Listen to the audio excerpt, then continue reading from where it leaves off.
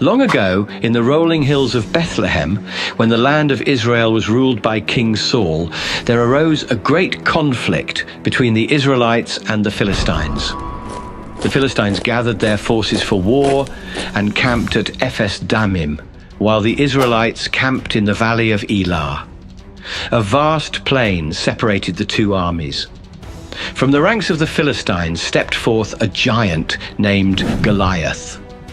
He towered over his enemies, standing nearly 10 feet tall, clad in bronze armor that glinted menacingly in the sunlight.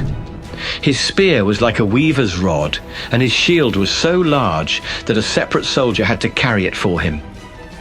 Every day for 40 days, Goliath strode to the front lines and challenged the Israelites to send a champion to fight him in single combat, declaring that the outcome would decide the war. Bring me a man! Do you not have a man among you?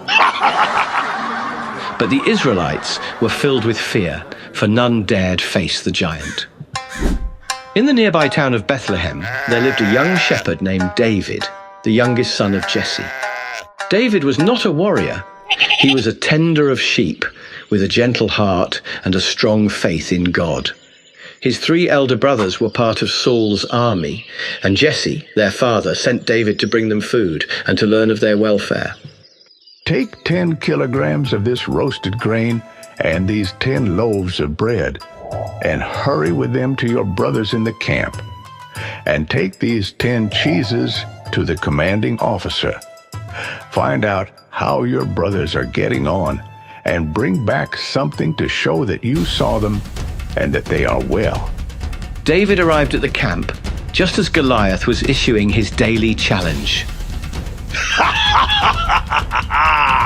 Why are you all coming here to fight? Just send me one man. One man! Is there not a man in your camp? Where is your king? I am the Philistines' champion, but you are only servants of Saul. Send me one man. If he kills me, then we will be your slaves. But if I killed him, then you will be our slaves. I defy the armies of Israel today. I defy your God. Bring me a man to fight me.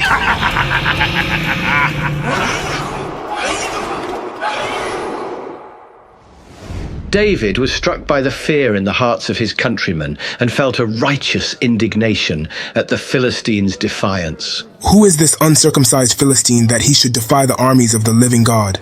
David asked. His words reached the ears of King Saul, who summoned the young shepherd. Saul looked at David with doubt. You can't go and fight this Philistine. You're too young and inexperienced, and he's been at this fighting business since before you were born. My king, your servant has been keeping his father's sheep. When a lion or a bear came and carried off a sheep from the flock, I went after it, struck it, and rescued the sheep from its mouth. The Lord who delivered me from the paw of the lion and the paw of the bear will deliver me from the hand of this Philistine. Seeing David's faith, Saul agreed and offered his own armor to David. But the young shepherd, unaccustomed to the heavy and cumbersome gear, set it aside. Instead, David chose 5 smooth stones from a nearby brook and placed them in his shepherd's bag. With his sling in hand, he approached Goliath. As David drew near, Goliath looked down at the boy and laughed. Hey, assemble! Hey, assemble, papa. But you people, I asked for a man, and you give me a boy? And you, by the way, am I a dog that you come at me with sticks and stones? I will slay you today and feed you to the bears of the air. You come against me with sword and spear and javelin, but I come against you in the name of the Lord Almighty, the God of the armies of Israel, whom you have defied. This day the Lord will deliver you into my hands, and I'll strike you down and cut off your head. All those gathered here will know that it is not by sword or spear that the Lord saves. For the battle is the Lord's, and he will give all of you into our hands. With that, David ran towards Goliath. He reached into his bag, took out a stone, and slung it. The stone flew through the air and struck Goliath on the forehead. The giant fell face down on the ground. David ran and stood over him. He took hold of Goliath's sword and drew it from the sheath. After he killed him, he cut off his head with the sword. When my the God. Philistines saw that their champion was dead, they turned and ran.